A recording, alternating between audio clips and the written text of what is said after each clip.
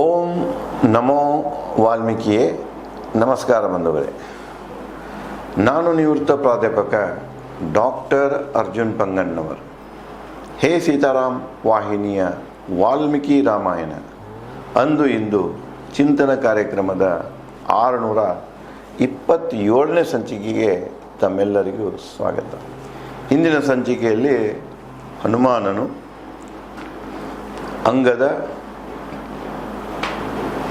ಜಾಂಬವಾನ ಮತ್ತು ಇತರ ವಾನರರಿಗೆ ತಾನು ಲಂಕಾದಲ್ಲಿ ಎದುರಿಸಿದ ಕಷ್ಟಗಳನ್ನಾಯಿತು, ಮಾಡಿದ ಯುದ್ಧಗಳನ್ನಾಯಿತು, ಘಟನೆಗಳನ್ನು ಹಂಚ್ಕೊಳ್ತಾ ಇದ್ದಾನೆ. ಅವನಿಗೆ ಪ್ರಶ್ನೆ ಮಾಡಿ ಕೇಳಿರ್ತಾರೆ, ಅದನ್ನು ಹಂಚ್ಕೊಳ್ತಿರ್ತಾನೆ. ಅದೇ ಯಾವ ರೀತಿಯಾಗಿ ನಾನು ರಾವಣನ ವೀರರ ಜೊತೆಗೆ ಯುದ್ಧ ಮಾಡಿದೆ, ಅವರನ್ನು ಸಂಹಾರ ಮಾಡಿದೆ, ಹೇಗೆ ಅವ್ರನ್ನನ್ನು ಬಂಧಿಸಿದನು ಅಂತ ಘಟನೆಯನ್ನು ವಿವರಿಸುತ್ತಾ ಅದನ್ನೇ ಮುಂದುವರಿಸ್ತಾನೆ. ಕೇಳಿದ ಋಷ್ಯಮುಖ ಪರ್ವತದಲ್ಲಿ ವಾಸವಿದ್ದ ನನಗೆ ಪರಾಕ್ರಮಿ ರಾಮನ ಸ್ನೇಹವಾಯಿತಲ್ಲಿ. ನನಗೆ ರಾಮಗೆ ಹೆಂಗೆ ಪರಿಚಯ ಆಯಿತು ಅನ್ನೋದನ್ನು ರಾವಣನಿಗೆ ಹನುಮಾನ ಹೇಳ್ತಾನೆ. ಋಷ್ಯಮುಖ ಪರ್ವತದಲ್ಲಿ ಅವ್ರು ನನಗೆ ಸಿಕ್ಕರು, ಆ ಪರ್ವತದಲ್ಲಿನೇ ಅವ್ರ ಜೊತೆಗೆ ನಾನು ಭೇಟಿಯಾದೆ ಮತ್ತು ನಮ್ಮಿಬ್ಬರ ನಡುವೆ ಸ್ನೇಹ ಬೆಳೆಯಿತಂತ ಹೇಳ್ತಾನೆ. ಅವರನ್ನು ನಾವು ಸ್ನೇಹಿತನಾಗಿ ಮಾಡಿಕೊಂಡೆವೆ. ಕೇಳಿದ ರಾಮ ಎನ್ನ ಸಹಾಯ ಹುಡುಕಲು ಸೀತೆ, ಹೇಳಿದ ರಾಕ್ಷಸ ವೃತ ಸೀತೆ ಕತೆ. ಏನು ಮಾಡಿದ, ಋಷಭ ಪರ್ವತದಲ್ಲಿ ನಾವೆಲ್ಲ ಹೋದಾಗ ನಮ್ಮ ಸಹಾಯ ಕೇಳಿದವ. ಸೀತೆಯನ್ನು ಹುಡುಕಬೇಕಾಗಿದೆ. ಸೀತೆಯನ್ನು ರಾವಣ ಅಪಹರಿಸಿಕೊಂಡು ಹೋಗ್ಯಾನ. ಸೀತೆ ಮತ್ತು ರಾವಣ ಎಲ್ಲಿದ್ದಾರೆ ಅನ್ನೋದನ್ನು ಹುಡುಕೊಂಡು ಬಂದೇವೆ. ಆ ಹುಡುಕು ಕಾರ್ಯಕ್ಕೆ ನಿಮಗೆ ಸಹಾಯ ಬೇಕಾಗಿದೆ, ಅದಕ್ಕೆ ನಿಮ್ಮ ಸಹಾಯ ಕೋರಿ ನಾವಿಲ್ಲಿಗೆ ಬಂದೇವೆ ಅಂತ ರಾಮ ನಮಗೆ ಹೇಳಿದ. ವಾಲಿಯನ್ನು ಸಂಹರಿಸು, ನಮ್ಮೊಂದಿಗೆ ಸ್ನೇಹ ಮಾಡು ಹೇಳಿದೆವು.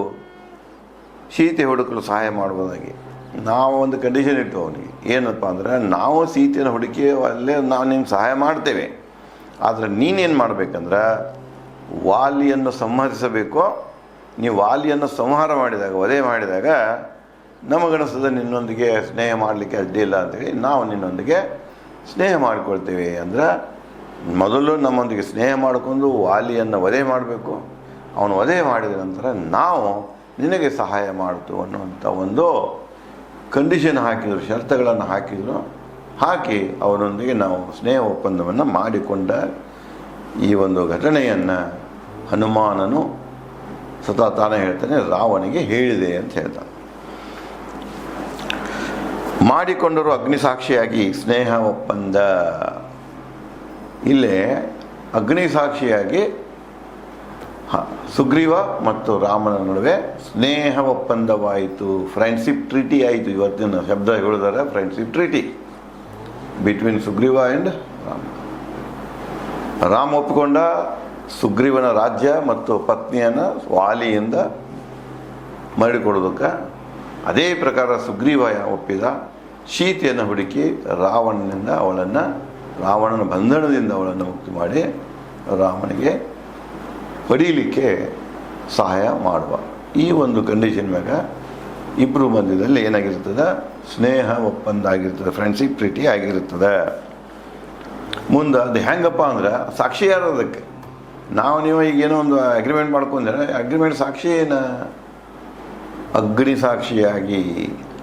ಬಹುತೇಕ ನೀವು ಈ ವಿಶ್ವದಲ್ಲಿ, ಪ್ರಪಂಚದಲ್ಲಿ, ಭೂಮಂಡಲ ಮೇಲೆ ಹಿಂದೆ ಹೋಗಿಬಿಡಿ, ಎಷ್ಟು ನಾಗರಿಕತೆಗಳಾಗ್ಯಾವ ಅನ್ನೋದ್ರ ಬಗ್ಗೆ ಸಾಕಷ್ಟು ಅಧ್ಯಯನ ಆಗಿದೆ.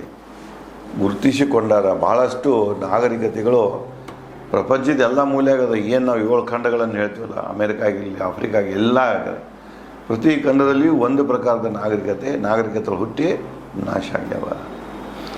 ಅಲ್ಲಿ ಒಂದು ಕಾಮನ್ ಅಂಡರ್ಸ್ಟ್ಯಾಂಡಿಂಗ್ ಬರ್ತಿದೆ, ಒಂದು ಕಾಮನ್ ಪ್ರಾಕ್ಟೀಸ್ ಬರ್ತಿದೆ. ಏನಂದ್ರೆ ಎಲ್ಲ ಕಡೆಗೂ ಅವರು ಅಗ್ನಿಯನ್ನೇ ತಮ್ಮ ದೇವತೆಯನ್ನಾಗಿ ಮಾಡ್ಕೊಂಡಿರ್ತಾರೆ. ಅಗ್ನಿ ಅಂದರೆ ಸೂರ್ಯ. ಅದನ್ನು ನೋಡಿ ಅವರು ಎಷ್ಟು ಬುದ್ಧಿವಂತರಿದ್ರು. ಭೂಮಿ ಮ್ಯಾಗ ನಡೆಯುವಂಥ ಪ್ರತಿಯೊಂದು ಚಟುವಟಿಕೆ, ವ್ಯವಹಾರ ಸಂಪೂರ್ಣವಾಗಿ 100% ಸೂರ್ಯನನ್ನೇ ಅವಲಂಬಿಸಿದೆ. ಸೂರ್ಯನೇ ಇಲ್ಲಿ ಎಲ್ಲ ವ್ಯವಹಾರಗಳಿಗೆ ಕಾರಣ. ಸಂತರು ಹೇಳ್ಯಾರ, ವಚನಕಾರರು ಹೇಳ್ಯಾರ, ವಿಜ್ಞಾನಿಗಳು ಹೇಳ್ಯಾರ ಎಲ್ಲ. ಇದು ಒಂದು ಸತ್ಯ, ನಗ್ನ ಸತ್ಯ ಇದು.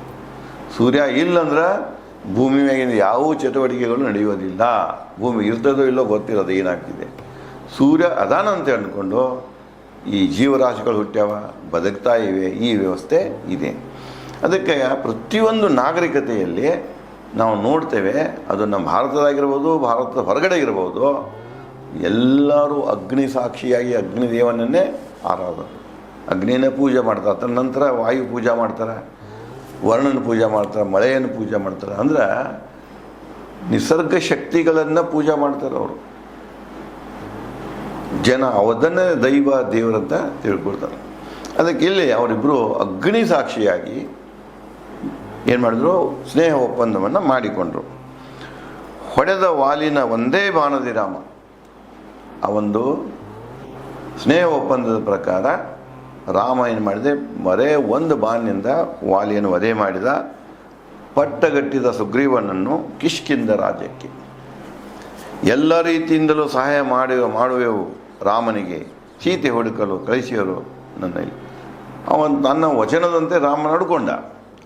ಇನ್ನು ಸುಗ್ರೀವ ನಡಿಬೇಕಿಲ್ಲ ವಚನದಂತೆ. ಅದಕ್ಕೆ ನಾವು ಸೀತೆ ಹುಡುಕಲಿಕ್ಕೆ ಬಂದೇವೆ. 4 ತಂಡ ಮಾಡಿ 4 ದಿಕ್ಕುಗಳಿಗೆ ಕಳಿಸ್ಯಾರ. ದಕ್ಷಿಣಕ್ಕೆ ಅಂಗದನ ನೇತೃತ್ವದಲ್ಲಿ, ಜಾಂಬವಾನನ ಹಿರಿತನದಲ್ಲಿ ನಾವು ನಿನ್ನ ಹುಡುಕಾಕ ಬಂದೇವೆ. ಸೀತೆ ಮತ್ತು ನಿನ್ನನ್ನು ಹುಡುಕಾಕ ಇಲ್ಲಿಗೆ ಬಂದೇವೆ, ನಾನು ಇಲ್ಲಿಗೆ ಬಂದೇನೆ ಅಂಥೇಳಿ ಹನುಮಾನ ತನ್ನ ಬಂದ ಕಾರಣವನ್ನು ರಾವಣನಿಗೆ ಈ ರೀತಿಯಾಗಿ ತಿಳಿಸಿದ. ನಿನ್ನ ಸೈನ್ಯ ನಾಶ ಮಾಡುವ ಪೂರ್ವದಲ್ಲಿ ವಾನರರು ಶೀಘ್ರ ರಾಮನಿಗೆ ಒಪ್ಪಿಸೋ ಸೀತೆಯನ್ನು. ಅದೇ ಅಡ್ವೈಸ್ ಮಾಡ್ತಾವ. ನೀನು ಮಾಡಿದ ತಪ್ಪದು. ಒಬ್ಬ ಪತಿವ್ರತೆ ವಿವಾಹಿತ ಸ್ತ್ರೀಯನ್ನು ನೀನು ಅಪಹರಣ ಮಾಡಿದೀಯಾ, ನೀನು ಅಧರ್ಮ ಮಾಡಿದ್ದು. ನೀನು ಮಾಡಿದ ತಪ್ಪು. ಮನವರಿಕೆ ಮಾಡಿಕೊಂಡು ನೀನೇನು ಮಾಡು, ವಾನರರು ಬಂದು ನಿನ್ನ ವಿರುದ್ಧ ಯುದ್ಧ ಮಾಡುವ ಪೂರ್ವದಲ್ಲಿ, ಯುದ್ಧ ಸಾರುವ ಪೂರ್ವದಲ್ಲಿ ನಿನ್ನ ತಪ್ಪನ್ನು ಒಪ್ಪಿಕೊಂಡು ಸೀತೆಯನ್ನು ರಾಮನಿಗೆ ಒಪ್ಪಿಸು ಅಡ್ವೈಸ್ ಮಾಡಿದನು. ಆ್ಯಕ್ಚುಲಿ ಯಾರು ನೋಡಿ ಗಾಂಧಿಯವರು ಹೇಳ್ತಾರಲ್ಲ, ಅವ್ರು ಚಂದ ಹೇಳ್ತಾರೆ ಗಾಂಧಿಯವ್ರನ್ನ ಎಷ್ಟೋ ಎಲ್ಲರೂ ಗಾಂಧಿನೇ ಬೈತಾರೆ. ಅವ್ನು ನಮಗೆ ಸ್ವಾತಂತ್ರ್ಯ ಕೊಡಿಸಿಲ್ಲ. ಹಾಗೆ ಅವನಿಗೆ ಸ್ವಾತಂತ್ರ್ಯದ ಹೋರಾಟಕ್ಕೆ ತಂದು ಹಚ್ಚಿದವರ ಈ ಲೀಡರ್ಸ್ಗಳು. ಅವರೆಲ್ಲ ಅಬ್ಸರ್ವ್ ಮಾಡಿದ್ರೆ ಅವರ ಜನಸಾಮಾನ್ಯರನ್ನು ಹೋರಾಟಕ್ಕೆ ಅಣಿ ಮಾಡುವುದು, ಮೊಬಲೈಸ್ ಮಾಡುವ ಶಕ್ತಿ ಕೇವಲ ಗಾಂಧಿಯಲ್ಲಿ ಮಾತ್ರ ಇದೆ. ಆ ಕಾಲಘಟ್ಟದ ಎಷ್ಟು ಮಂದಿ ಲೀಡರ್ಸ್ ಆಗಿರಲ್ಲ, ಅವರು ಯಾರಲ್ಲಿಯೋ ಇಡೀ ಭಾರತೀಯರನ್ನು ಒಗ್ಗೂಡಿಸಿ ಹೋರಾಟಕ್ಕೆ ತಗೊಂಡು ಹೋಗೋದು, ಮೊಬಲೈಸ್ ಮಾಡೋದು ಏಕೈಕ ದೈವಿ ಶಕ್ತಿ ಅದು ಕೇವಲ ಮಹಾತ್ಮ ಗಾಂಧಿಯಲ್ಲಿತ್ತು. ಇದನ್ನೆಲ್ಲ ಗುರುತಿಸಿಕೊಂಡ ಗೋಖಲೆ ಅವರು ಗಾಂಧಿಗೆ ಅಡ್ವೈಸ್ ಮಾಡ್ತಾರೆ, ನಾವೆಲ್ಲ ನಿಂದು ಕೇಳೇವಪ್ಪ ಆಫ್ರಿಕಾದಲ್ಲಿ ಏನು ಮಾಡಿ ಅಂತ ಹೇಳಿ. ಗಾಂಧಿ ಹೇಳ್ತಾನೆ, ನನಗೆ ಭಾರತದ ಬಗ್ಗೆ ಏನು ಗೊತ್ತಿಲ್ಲ, ಇದರ ನೇತೃತ್ವ ನಾವು ವಹಿಸೋದಿಲ್ಲ, ನಂದ ಇದು ಅಲ್ಲ, ಇದು ಸಾಮರ್ಥ್ಯನೂ ಅಲ್ಲ ಅಂತ ಹೇಳಿದಾಗ ಅವನು ಹೇಳ್ತಾನವ, ಇಲ್ಲ ಇದನ್ನು ಮೊಬಲೈಸ್ ಮಾಡಿ ನಾವಂತೂ 1885ರಿಂದ ಕಾಂಗ್ರೆಸ್ ಹೋರಾಟ ಮಾಡ್ತಾ ಬಂದಿದೆ. ಆದರೆ ಇಡೀ ಒಂದು ದೇಶದ ಜನರನ್ನು ಒಗ್ಗೂಡಿಸಿ ಬ್ರಿಟಿಷರ ವಿರುದ್ಧ ಹೋರಾಟ ಮಾಡುವಂತಹ ಶಕ್ತಿ ಮಾತ್ರ ನಿನ್ನಲ್ಲಿದೆ. ನೀನು ಕಾಲಪುರುಷ, ಇದನ್ನು ನೀ ಮಾಡಂಥೇಳಿ ಗೋಖಲೆ ಹೇಳ್ತಾರೆ. ಅವಾಗ ಅವ್ರು ಏನು ಮಾಡ್ತಾರೆ ಅಂದರೆ, ತಕ್ಷಣ ಮೊದಲು ನಾನು ದೇಶ ಹೆಂಗೈತೆ ನೋಡ್ಕೊಂಡು ಬರ್ತಾನೆ, ನಂತರ ನಿನಗೆ ಹೇಳ್ತಾನೆ ಅಂತಾರೆ. ದೇಶ ನೋಡ್ಕೊಂಡು ಬಂದಾಗ ಅನ್ನಿಸ್ತಿದೆ ಅವರಿಗೆ, ಇಷ್ಟು ಕೆಟ್ಟ ಕಂಡೀಷನ್ ಇದೆ ಜನರದು. ಬಡವರು ನೋಡ್ತಾರೆ, ರೈತರು ನೋಡ್ತಾರೆ, ಮೈಮ್ಯಾ ಬಟ್ಟಿರೋದಿಲ್ಲ, ಇಲ್ಲಿ ಯಾವ ಜಾತಿ ಬರೋದಿಲ್ಲ, ಎಲ್ಲ ಧರ್ಮ ಎಲ್ಲ ಜಾತಿಯಲ್ಲಿ ಇತ್ತಿದೇನ ಅಸಹಾಯಕರಿದ್ದರು, ರೈತರೆಲ್ಲ ಅಸಹಾಯಕರಿದ್ದರು. ಗಾಂಧಿ ಕಣ್ಣು ಮುಂದೆ ಯಾವುದು ಜಾತಿ ಕಾಣಿಸಲಿಲ್ಲ, ಬರೀ ಮನುಷ್ಯರ ಕಂಡ್ರು ಗಾಂಧಿ ಮುಂದೆ. ನೋಡಿದ ಎಲ್ಲ ಕಡೆಗೆ ದರಿದ್ರತನ ನೋಡಿದ, ಜನರ ಗೋಳು ನೋಡಿದ, ಎಲ್ಲ ಬ್ರಿಟಿಷರ ದೌರ್ಜನ್ಯ ನೋಡಿದ. ಅವಾಗ ಅವನು ಒಪ್ಕೊಂಡ, ಏನು ಪ್ರಧಾನಮಂತ್ರಿ ಆಗಬೇಕು, ಪ್ರೆಸಿಡೆಂಟ್ ಆಗಬೇಕು, ಒಂದು ದೊಡ್ಡ ಹುದ್ದೆ ತಗೊಳ್ಬೇಕು, ಸಾಕಷ್ಟು ಅರಮನೆಗಳನ್ನು ಕಟ್ಟಿಸ್ಬೇಕು, ಹೆಲಿಕಾಪ್ಟರ್ದಾಗ ಅಡ್ಡಾಡಬೇಕು, ಹೊರಗಡೆ ಇಂಗ್ಲೆಂಡ್ನಲ್ಲಿ ಬೇರೆ ಕಡೆಗೆಲ್ಲ ಭೂಮಿ ತೋದು ಕಟ್ಟಬೇಕು. ಯಾವ ವಿಚಾರ ಗಾಂಧಿದು ಅಲ್ಲ, ಗಾಂಧಿ ಕನಸಿನಾಗೂ ಒಂದಿಲ್ಲ. ಅದಕ್ಕೆ ಗಾಂಧಿ ಬಗ್ಗೆ ನೀವು ಟೀಕೆ ಮಾಡಬೇಕಾಗಿತ್ತಂದ್ರೆ ಗಾಂಧಿ ಯಾವ ಮಟ್ಟಕ್ಕೆ ಬೆಳೆದಿರಲ್ಲ ಮೊದಲು ಅದನ್ನು ಆ ಮಟ್ಟಕ್ಕೆ ಬರ್ರಿ ನೀವು. ಆಗಲೇ ಹೇಳಿದಿಲ್ಲ, ಸಮಬಲದಲ್ಲಿ ಯುದ್ಧ ಆಗಬೇಕು. ಎದುರದವನು ನೀವು ಟೀಕಿಸಬೇಕಾಗಿದ್ರೆ ಅವನಲ್ಲಿ ಇರುವಷ್ಟು ಸಾಮರ್ಥ್ಯ ನನ್ನಲ್ಲಿ ಇರಬೇಕು. ನನ್ನಲ್ಲಿ ಏನೂ ಇರೋದಿಲ್ಲ, ಜೀರೋ ಇರ್ತಾನೋ ಬುದ್ಧಿವಂತನ ಟೀಕಿಸಲಿಕ್ಕೆ ಹೋಗ್ತಾನೋ, ಅಸಂಬದ್ಧ ಇದು. ಇವತ್ತು ನಡೀತಾ ಇದ್ದದ್ದು ಅದೇ.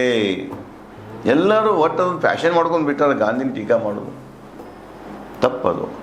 ಗಾಂಧಿ ಮಟ್ಟಕ್ಕೆ ಮೊದಲು ನೀವು ಬೆಳೀರಿ, ಆಮೇಲೆ ಗಾಂಧಿಯಲ್ಲಿ ಇದ್ದಂಥ ದೋಷಗಳನ್ನು ಹುಡುಕಿ ನೀವು ಟೀಕೆ ಮಾಡಿರಿ. ಆ ಟೀಕೆಗೆ ಮರ್ಯಾದೆ ಇದೆ. ಏನೂ ಗೊತ್ತಿಲ್ಲ, ಒಟ್ಟು ಯಾರೋ ಹೇಳ್ತಾರಪ್ಪ ಅಂತ ಟೀಕೆ ಮಾಡ್ಕೊಂಡು ಹೋಗೋದು ನಿಮ್ಮ ಒಂದು ಬೌದ್ಧಿಕ ಆರೋಗ್ಯಕ್ಕೆ ಇದು ಸರಿಯಾದ ಮಾರ್ಗ ಅಲ್ಲ. ಅದಕ್ಕಿಲ್ಲೇ ಮುಂದುವರಿಸ್ತಾ ಹೇಳ್ತಾನ, ನಿನ್ನ ಸೈನ್ಯ ನಾಶ ಮಾಡುವ ಪೂರ್ವದಲ್ಲಿ ವಾನರು, ನಾವೆಲ್ಲ ಬಂದು ನಿನಗೆ ಯುದ್ಧ ಮಾಡೋಕ್ಕಿಂತ ಮೊದಲ ನೀ ಮಾಡಿದ ತಪ್ಪನ್ನು ಒಪ್ಪಿಕೋ. ಗಾಂಧಿ ಹೇಳ್ತಾರೆ, ಒಂದು ತಪ್ಪನ್ನು ಮುಚ್ಚಬೇಕಾದ್ರೆ 100 ತಪ್ಪು ಮಾಡ್ತಾನೆ ಮನುಷ್ಯ. ಮೊದಲು ಒಪ್ಕೊಂಡ ಬೇಡ, ಮನವರಿಕೆ ಮಾಡ್ಕೊ. ನೀನು ಮಾಡಿದ್ದು ಕೃತ್ಯ ಸರಿ ಐತೆ ತಪ್ಪೈತೆ. ತಪ್ಪಿತ್ತಂದ್ರೆ ಮನವರಿಕೆ ಮಾಡಿಕೊಂಡು ಮೊದಲು ಒಪ್ಕೊಂಡು ಬಿಡು. ಅದನ್ನು ಸಮರ್ಥ ಮಾಡೋ ಸಲುವಾಗಿ 108 ಸುಳ್ಳು ಹೇಳಕ್ಕೆ ಹೋಗಬೇಡ. ಯಾವಾಗೂ ಸುಳ್ಳಿಗೆ ಮಹತ್ವ ಇಲ್ಲ. ಹಿಂದಿಲ್ ನಾಳೆ ಗೊತ್ತಾಗ್ತಿದೆ. ನಾನು ಒಂದು ಸೋಂಗ ಹಾಕ್ಕೊಂಡು ನೀಲಿ ಬಣ್ಣದ ನರಿಗತೆ ನಿಮ್ಮ ನಾಯಕ, ಜನನಾಯಕ, ಜನಪ್ರಿಯ ನಾಯಕ ಅಂತ ಹೇಳ್ಕೊಂತ ಹೋಗ್ತೇವೆ. ಆ ಕಾಲದಾಗ ಎಲ್ಲರೂ ನಿನ್ನ ಪೂಜೆ ಮಾಡ್ತಾರೆ.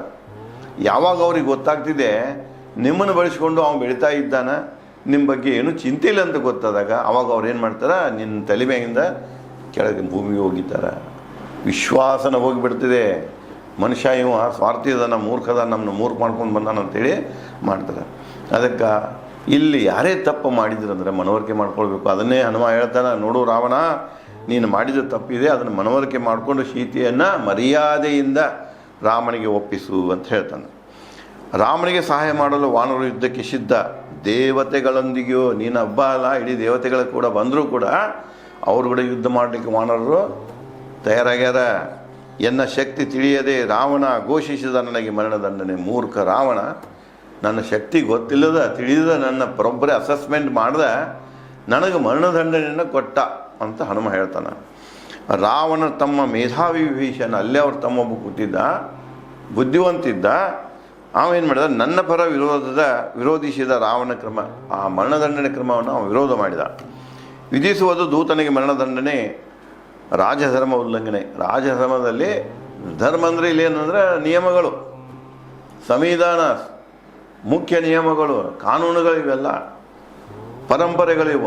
ಅದರ ಪ್ರಕಾರ ಏನದಪ್ಪ ಅಂದರೆ ಈಗ ರಾಜದೂತನಿಗೆ ಮರಣದಂಡನೆ ಮಾಡಬಾರ್ದಂತ ಇದೆ. ವೆಲ್ ಸೆಟಲ್ಡ್ ಪ್ರಿನ್ಸಿಪಲ್ ಇದೆ. ಅದನ್ನು ನೀವು ವೈಲೇಷನ್ ಮಾಡಬೇಡ ಅನ್ನ. ಜಗತ್ತಿನ ಜನ ಎಲ್ಲ ನಿನಗೆ ಚೀಮಾರಿ ಹಾಕ್ತಾರೆ ಇದನ್ನು ಮಾಡಿದಂದ್ರೆ.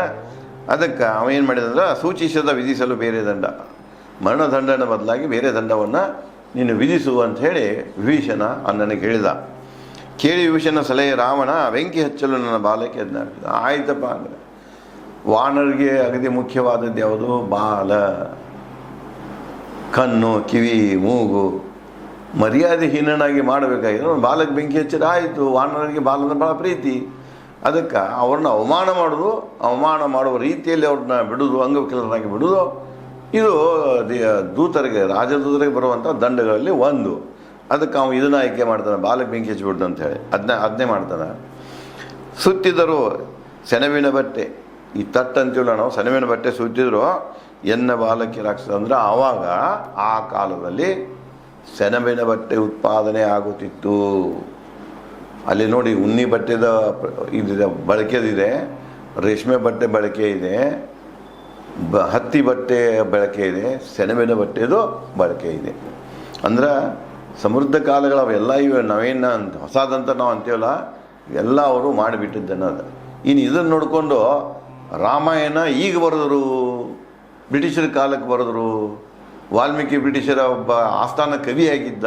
ಇಂಥ ನರೇಷನ್ನು ಮಾಡುವಂಥ ಮಹಾ ಬುದ್ಧಿವಂತರು ಇದ್ದಾರೆ. ಅವನೇ ಮಾಡ್ತಾ ಹೊಂಟಾರ ಈಗ. ಸುತ್ತಿದರು ಸೆಣಬಿನ ಬಟ್ಟೆ ಎನ್ನ ಬಾಲಕ್ಕೆ ರಾಕ್ಷಸರು, ಬೆಂಕಿ ಹಚ್ಚಿದ್ರು ಬಾಲಕ್ಕೆ ರಾವಣ ಆಜ್ಞೆ ಅಂತ ಹಿಡ್ಕೊಂಡು ನನ್ನ ಬಾಲಕ್ಕೆ ಸೆಣಬಿನ ಬಟ್ಟೆ ಸುತ್ತರೋ, ತಟ್ಟು ಸುತ್ತರೋ, ಎಣ್ಣೆ ಹಾಕಿ ಬಾಲಕ್ಕೆ ಬೆಂಕಿ ಹಚ್ಚಿದ್ರು ಅಂತ ನಡೆದ ಘಟನೆಯನ್ನು ಹನುಮ ತನ್ನ ವಾನರರಿಗೆ ಹೇಳ್ತಾನೆ. ಇನ್ನು ಮುಂದೆ ಇದನ್ನೇ ಯಾವ ರೀತಿಯಾಗಿ ಬಳಸ್ತಾನೆ, ಮತ್ತೇನು ವಿಚಾರಗಳು ಬರ್ತಾವೆ ಅನ್ನೋದನ್ನು ನಾನು ತಮಗೆ ಮುಂದಿನ ಸಂಚಿಕೆಯಲ್ಲಿ ಹಂಚಿಕೊಳ್ಳುತ್ತೇನೆ. ಧನ್ಯವಾದಗಳು.